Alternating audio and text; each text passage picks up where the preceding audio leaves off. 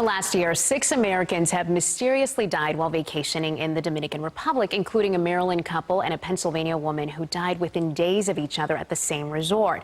Preliminary autopsies reveal all 3 had fluid in their lungs and respiratory failure. The FBI is helping with toxicology, but their deaths are not being investigated as crimes. And amid these investigations, those planning trips may have safety concerns.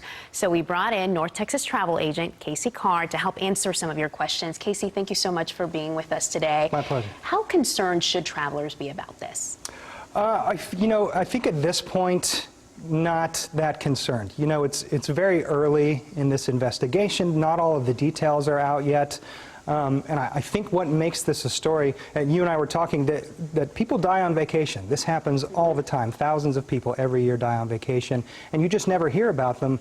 I think the story here is that it's happened in such quick succession and at these same resorts. There's some kind of eerie circumstances surrounding it.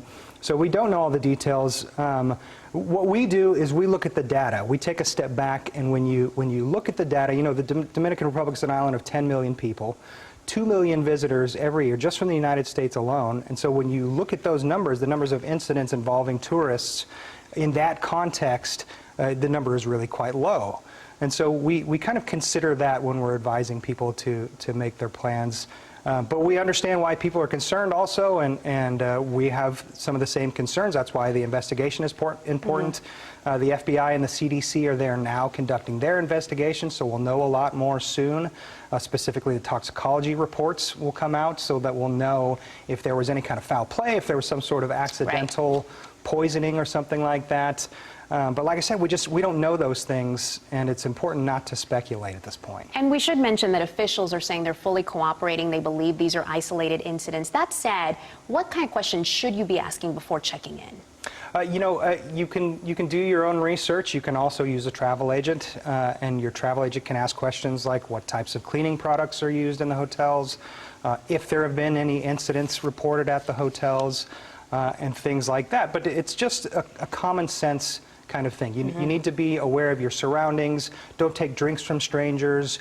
You don't necessarily want to go out clubbing in the Dominican Republic, but if you're at the resorts, which are some of the most beautiful resorts in the Caribbean, you're typically not going to have any issues. Okay, let's talk about the State Department issuing a Level 2 travel advisory. Yes. What does that mean, and what kind of tips should you take into consideration? So what that basically means is that they're urging people to be more cautious. It's 2 out of 4. There's 4 levels.